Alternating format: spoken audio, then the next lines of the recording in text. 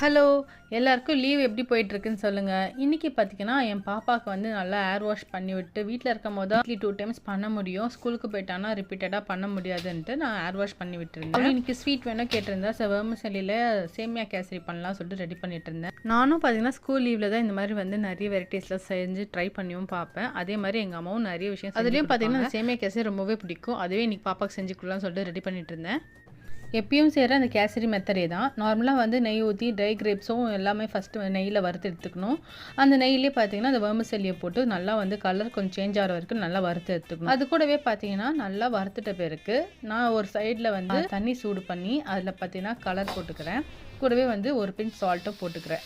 So கையோட பார்த்தீங்கன்னா இந்த பாய் வீட் ஸ்வீட்ஸில் வந்து இந்த 2 லவங்கம் வந்து எப்போவுமே இருக்கும். ஸோ அப்போ தான் அதோடய ஃப்ளேவர் வந்து ஆப்டாக கரெக்டாக வரும். ஸோ அதனால் அதை போட்டு நல்லா கலந்து விட்டுட்டு தண்ணி நல்லா சூடாகி கொதித்து வந்தோடனே அதை வந்து இந்த வெர்மிசெல்லில் ஆட் பண்ணி நல்லா இதை கொதிக்க விடணும். கொதிக்கிற ஸ்டேஜில் நம்ம வந்து ஏலக்காவை போட்டுக்கலாம். கொதித்து நல்லா திக்கான கன்சிஸ்டன்சி வரும்போது நம்ம ஆல்ரெடி நெய்யில் வறுத்து வச்சுட்டு முந்திரி திராட்சையை போட்டு நெய் ஊற்றி நல்லா கலந்து விடணும். ஒரு ஸ்டிக்கி மாதிரி ஒரு ஸ்டிக்கி பதத்துக்கு வரும். அந்த ஸ்டேஜில் வந்து ஆஃப் பண்ணிட்டோம்னா இன்னும் நல்லா கெட்டியாக நல்ல ஒரு ஸ்டிக்கினஸ்னோடு வரும். அதை நீங்கள் அப்படியே எடுத்து சூடாக சாப்பிட்டாலும் சூப்பராக இருக்கும்.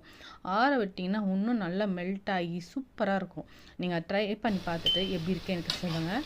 இந்த லீவில் நீங்கள் ஒரு பசங்களுக்கு நீங்கள் என்னென்னலாம் ட்ரை பண்ணுறீங்க, அவங்க என்னென்ன கேட்டு விரும்பி சாப்பிடுவாங்க, அதில் எந்த ஒரு டிஷ் வந்து உங்களோட சைல்ட்ஹுட் மெமரிஸை ஞாபகப்படுத்துன்னு சொல்லி கமெண்ட் பண்ணுங்கள்.